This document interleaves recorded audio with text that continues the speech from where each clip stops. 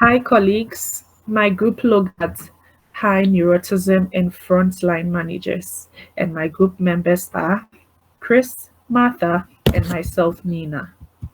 Slide 2 talks about tasks of frontline managers. Frontline managers interact directly with customers and staff.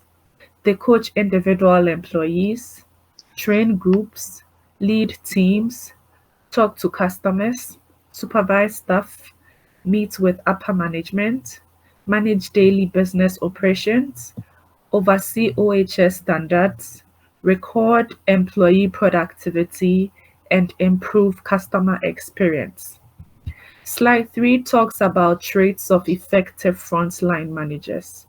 Frontline managers are self aware, growth minded, socially adept, supportive, persuasive, solution focused, and goal oriented.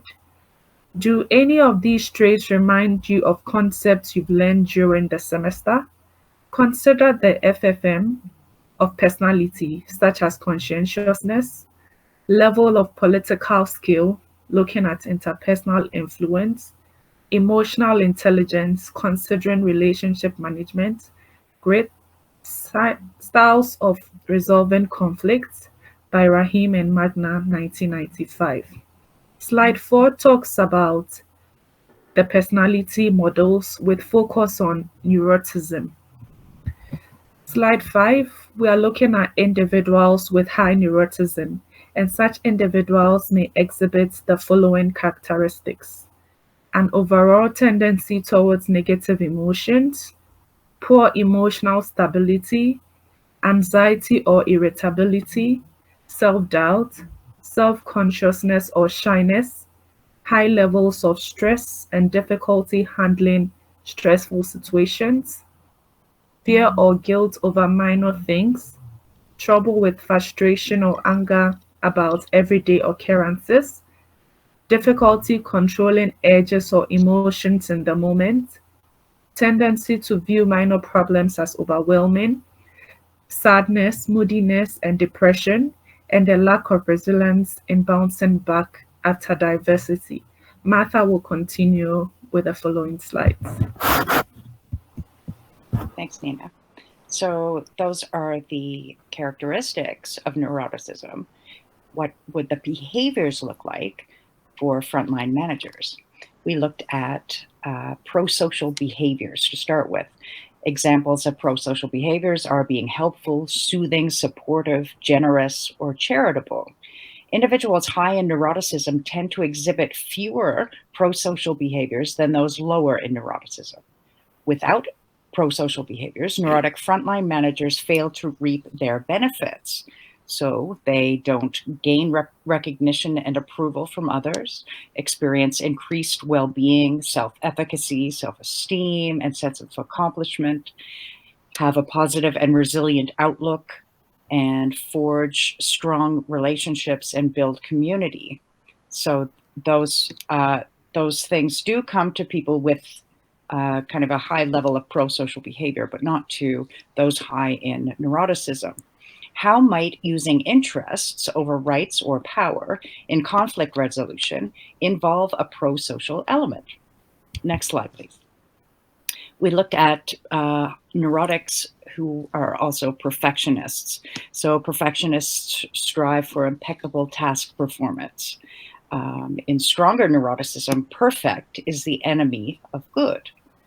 So neurotic frontline managers consistently set unreachable goals for themselves, and they expect perfection from their staff and their customers or clients. This results in an environment in which performance anxiety is status quo. Everyone is on edge because no one can be up to snuff. They rarely offer praise or encouragement. And this contributes to lower productivity because tasks often cannot be completed in an acceptable fashion. So they're not completed at all often. Next slide, please. The third thing we looked at was even though neurotic frontline managers don't give praise, they don't react well to criticism. They have a very poor maladaptive reaction to any criticism or perceived criticism. This may lead to depressive rumination and chronic hostility. For neurotic frontline managers, negative feedback can be paralyzing. So high neuroticism with the associated tendency toward perfectionism and the aversion to criticism can have multiple effects, such as blighting relationships, which are seen as a lot of work. They can make it challenging for a neurotic frontline manager to keep a job and lower the level of life satisfaction. Still, neurotic frontline managers compulsively defend their maladaptive thought patterns and self-righteously defend their actions. How might these behaviors impact workplace interactions? Next slide, please. In the public eye, who are the neurotics? So in TV and film, there are many fictional characters who tend towards caricature. They exhibit stereotypically neurotic traits such as being high-strung and hard to get along with. Two examples we found were Dr. Gregory House from the show House and Olivia from the show Breaking Bad. But what about in the news media? We tried to think of some frontline managers high in neuroticism that we'd seen on the news for whatever reason, and we could not think of any. Can you? If you can't, what does this conspicuous absence seem to suggest? Next slide, please. And what about in your professional or work life? Have you had managers, or do you currently have a manager who is high in neuroticism? What kind of conflict resolution style do they exhibit? And what made them effective or ineffective as a manager? If you are a manager or can think of yourself as being a manager, for what reasons would you be or are you an effective or ineffective frontline manager? Why would high neuroticism make you more effective or ineffective as a frontline manager? What kind of conflict resolution style do you tend to favor at work? And then the other kind of management, self-management. Which neurotic traits would you find it easy to control and why? And which traits would you find probably uncontrollable? Thank you, Martha. Thank you, Nina. So with that said, the question becomes, can neurotics be effective frontline managers? In fact, do they even exist? Studies show that neurotic individuals may lack confidence, may be by nature afraid of failure.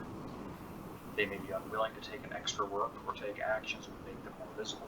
According to Holman and Hughes, over time, individuals who rate high neuroticism may seek employment or craft their jobs in different ways to reduce the overall work they do and their exposure to others in the workplace. So that being said, considered in isolation, high neuroticism sounds very negative, or a very negative trait to have as a frontline manager. They can tend to be emotionally unstable, have a very large amount of negative and intense reactions to situations that individuals who rate lower on neuroticism might not react to at all. According to the 5-factor model of personality, these problems in emotional regulation can diminish neurotics' ability to think clearly, make decisions, and cope effectively with stress. That's 5 things.